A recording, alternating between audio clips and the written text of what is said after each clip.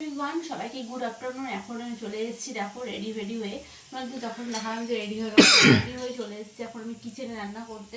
তো ছোটো ছোটো মিনি ব্লগ তোমার সাথে শেয়ার করছি, খুব একটা বড় ভিডিও বানাচ্ছি না এখন।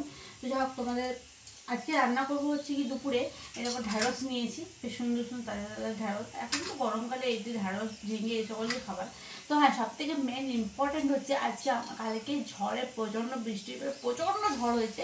এখন আমাদের গাছে কটি মাত্র আম ছিল, সেই কটাও মাত্র আম আমাদের দেখো পড়ে গেছে। তো জাস্ট আমের সাইজগুলো দেখো গাইস, দেখো কত বড় আমটা পড়ে গিয়ে ফেটে গেছে। দেখো এই যে দেখো, এটা ফাটেনি, এটা গোটা গোটায় আছে, ঠিক আছে।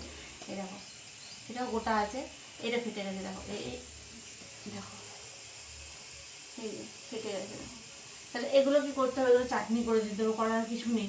আমি চাটনি করে দেবো একটু করে। এই যে আম কেটেও রেখেছি। আমিও প্রচুর মারাত্মক টক। তো যাই হোক, এখন করছি হচ্ছে কি আমি ঢ্যাঁড়স করবো, তার জন্য ঢ্যাঁড়সের আলু কাটছি। আর ঢ্যাঁড়স আলু তরকারি একটু বেশি করে করবো আজকে, রাতের জন্য করে রেখে দেবো এটা একটু বেশি করে।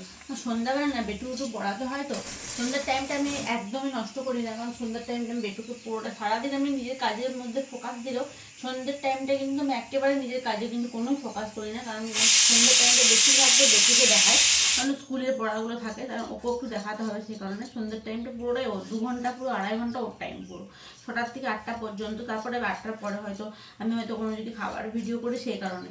তো চলো, এখন হচ্ছে কি আমি রান্না বান্না করে নিই। আজকে হচ্ছে কি ঢ্যাঁড়সের তরকারি করব, বেশি করে রাতের জন্য, যেটা বললাম আম করব, আমের চাটনি।